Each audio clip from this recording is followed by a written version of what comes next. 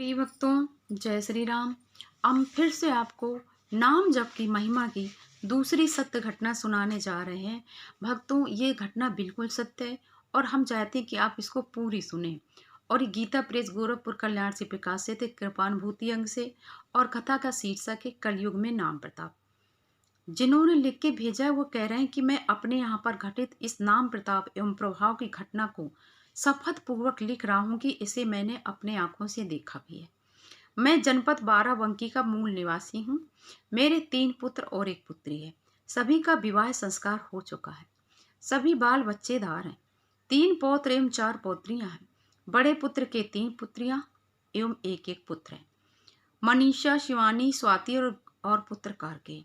शिवानी लगभग 1.5 साल की थी और खड़े होकर चलने लगी थी और तुतला तुलाकर बोलने लगी थी। ये सभी बच्चे मुझे बाबा बाबा कहकर बुलाते थे तो मुझे बहुत ही आनंद प्राप्त होता था। मैं अपने पौत्र एवं पौत्रियों से बहुत लाड़ दुलार रखता हूँ।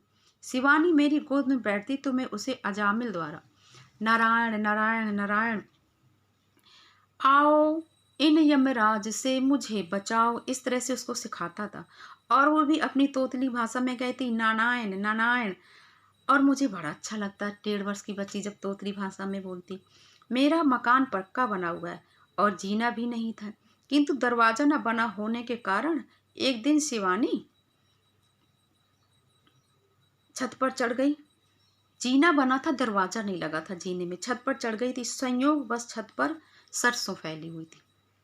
खेलते खेलते हुए सरसों पर गई, पैर फिसला और वो छत से आंगन में नारायण नारायण अपनी तोतली भाषा में कहती आ गिरी। घर में चीख पुकार मच गई। बहुएं रोने लगी। आवाज सुनकर पड़ोसी भी आ गए, परंतु ये क्या, बच्ची को कुछ भी नहीं हुआ।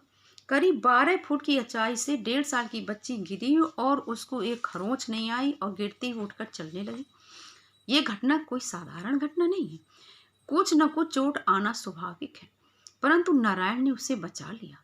संभवतः ऐसे ही भक्त प्रहलाद को भगवान ने बचाया था। अब दृढ़ विश्वास हो गया कि नारायण ने शिवानी को बचा लिया, क्योंकि भगवान श्री हरि अंतर्यामी सकल सृष्टि के संरक्षक और पालनहार हैं। और 2-3 दिन बाद से शिवानी फिर से नारायण नारायण करने लगी। लगभग 15 दिन बाद शिवानी पुनः अपने बड़े भाई के साथ छत पर चढ़ गई।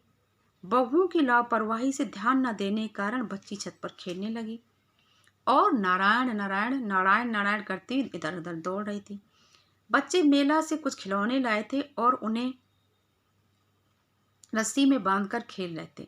बच्ची ने भी रस्सी में खिलौना बांधकर आंगन की ओर लटकाया। हाथ से खिलौना गिर गया और संयोगवश वो भी सिर के बल आकर के नारायण नारायण करती हुई नीचे गिर पड़ी।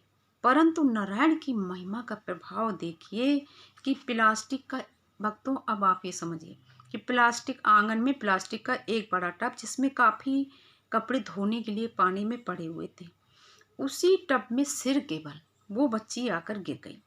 इस बार भी नारायण ने बचा लिया। इस बार भी बच्ची का बाल बांका नहीं हुआ और एक बार चिल्लाई और उठकर चलने लगी। इस महान कलिकाल में नारायण ने अपनी अबोध भक्त को 2 बार बचा लिया। श्रद्धा एवं विश्वास से मैं सीताराम लेखन का कार्य कर रहा हूँ। मेरी अत्यंत इच्छा है कि इस सत्य घटना को आप अपने स्तर से संशोधित कर प्रकाशित करने की अनुकंपा करेंगे, ताकि अन्य पाठक गण भी इससे प्रेरणा ले सके।